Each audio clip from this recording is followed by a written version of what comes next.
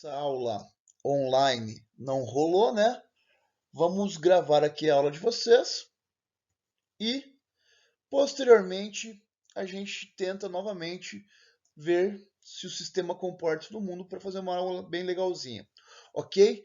Hoje então, nós vamos iniciar a questão da economia europeia, beleza?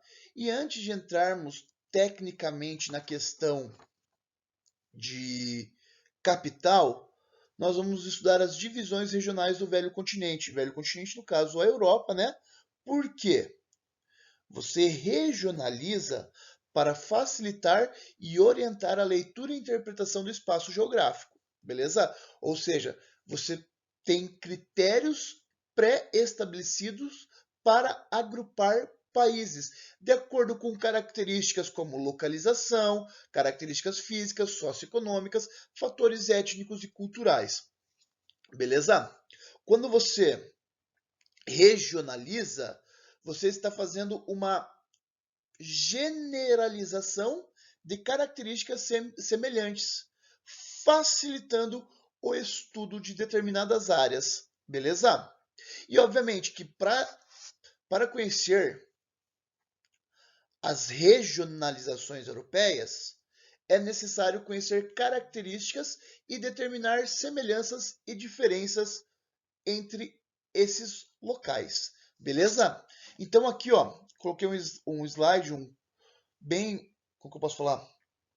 Uma explicação bem tranquila das características. Aqui, área de abrangência. Deixa eu pegar uma caneta aqui. Aí. Área de abrangência. Nós vamos falar do continente europeu, correto? Então, existem várias formas de influência. A localização. O que seria a localização? Proximidade entre territórios. Facilita o contato e a mobilidade. Beleza? Podendo ser um critério de regionalização. Gente, não adianta regionalizar Portugal aqui e a Rússia aqui.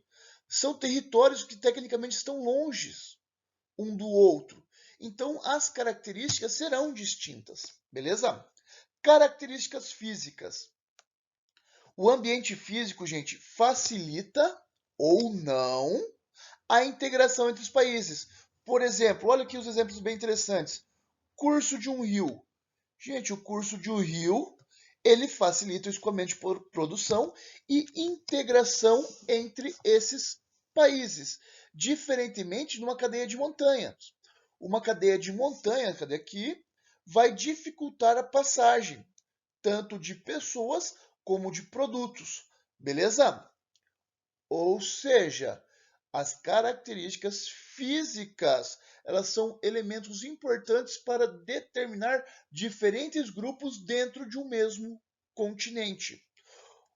Outros fatores são interessantes. O fator socioeconômico. O que o fator socioeconômico interfere? Olha aqui. São importantes para o estabelecimento das regiões. Por meio deles é possível estabelecer áreas com economias fortes e dinâmicas, que podem atrair investimentos e mão de obra, e áreas de economias mais estagnadas, onde você necessita políticas de integração e diversificação da economia para fortalecer aquela região. E por último, formação étnica e cultural. A formação étnica e cultural serve para regionalizar países com troncos linguísticos semelhantes, os latinos, os germânicos, os eslavos, etc.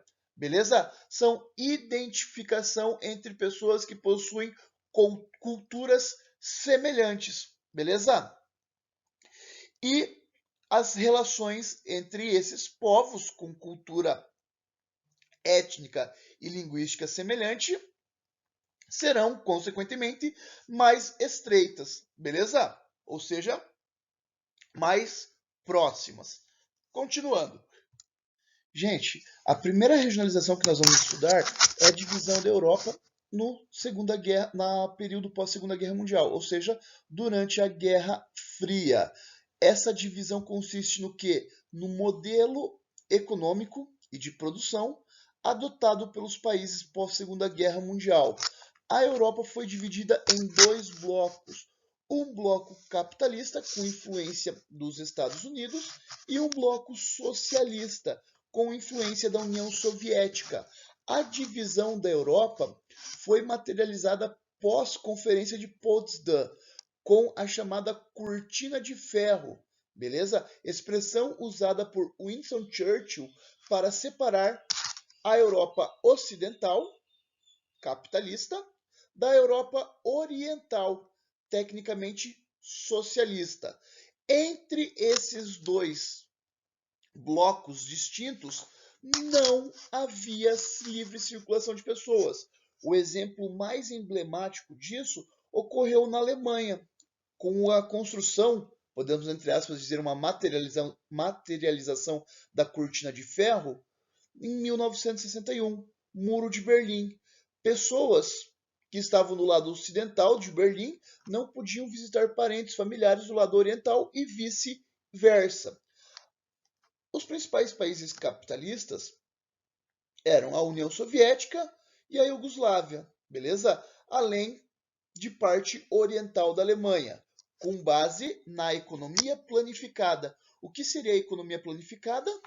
Centralizada no governo, ok? Já o restante dos países aqui, o restante dos países da Europa, com exceção a Polônia, Tchecoslováquia, Iugoslávia, entre outros, eram regidos pela economia de mercado, com os principais países tendo características econômicas e modelos de produção advindos dos Estados Unidos.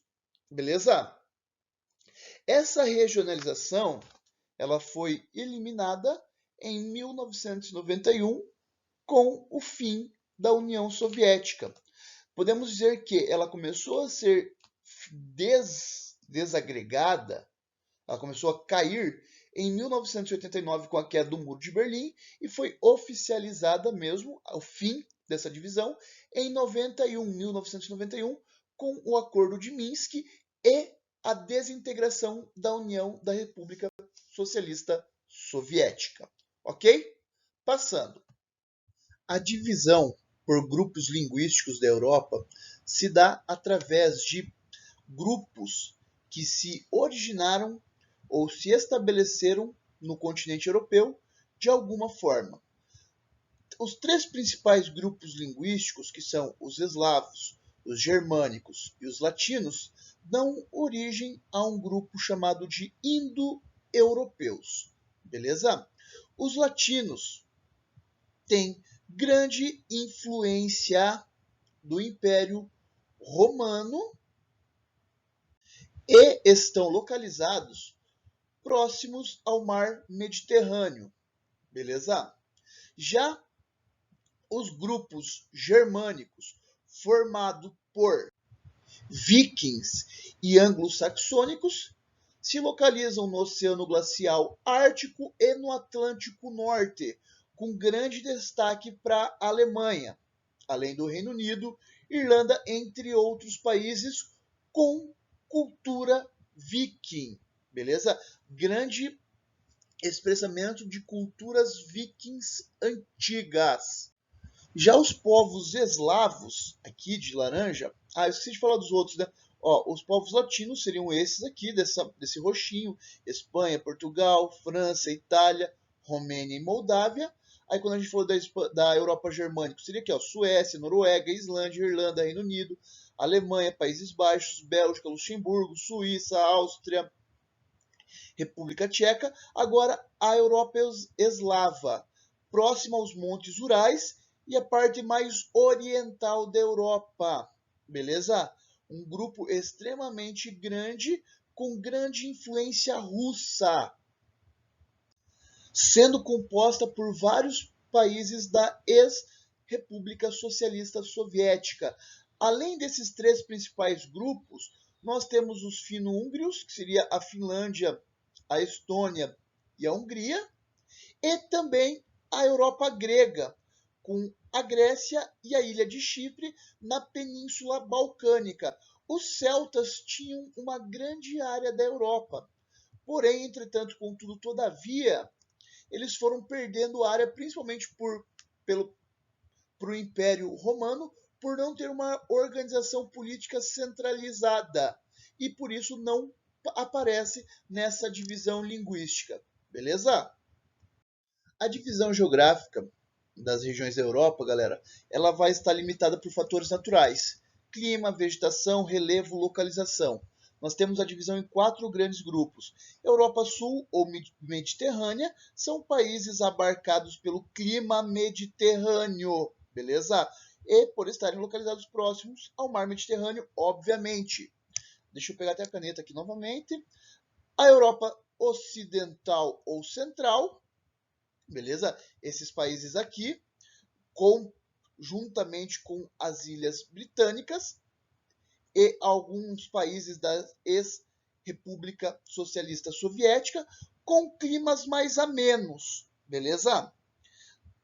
Já a Europa Oriental ou leste da Europa seria a Europa continental, clima continental, e a Europa do Norte ou Europa Nórdica, países com clima subpolar e ou clima polar. Beleza? Então essa regionalização ela está ligada especificamente a características naturais de todas as regiões. Por exemplo, quais são as características aqui, professor, da região da Europa Ocidental? Aqui nós temos o predomínio da floresta temperada. Então, sempre em cada uma dessas regionalizações, teremos uma característica específica. Clima mediterrâneo, aqui na Europa mediterrânea. Clima continental, aqui na Europa Oriental. Aqui, floresta temperada. Clima polar. São as principais características naturais dentre essas regiões. Beleza? E aqui nós temos uma divisão pautada em critérios para fins estatísticos da Europa setentrional, Europa oriental, Europa meridional e Europa ocidental. De acordo com essa classificação aqui, Turquia e Rússia são partes da Ásia, beleza? E a ONU ou qualquer órgão para fins estatísticos pode regionalizar o país ou o continente de acordo com o seu interesse para facilitar o estudo da região.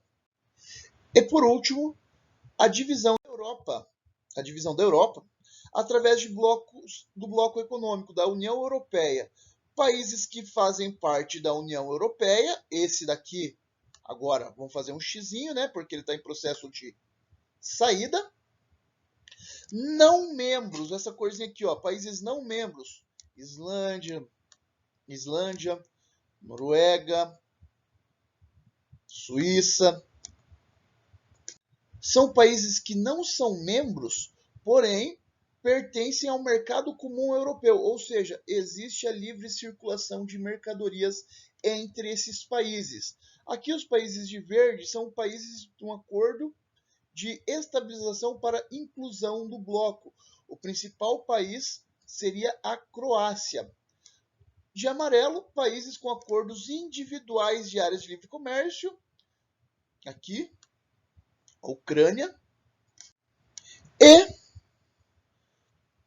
de laranja, países pertencentes ao bloco europeu, mas que têm acordos de integração bilaterais. Eu falei países que pertencem, né? Mas desculpem, países que não pertencem, sendo o principal a Turquia.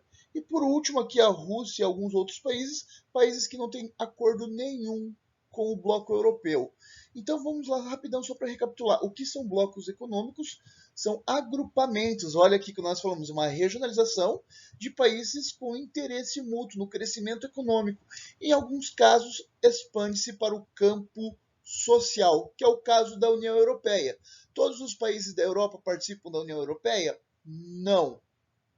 E obviamente que as principais relações econômicas na Europa ocorrem nos países de cor roxa, ou seja, países que estão dentro da União Europeia com objetivo de crescimento econômico e social. Valeu, galera! Por enquanto é isso. Beijos!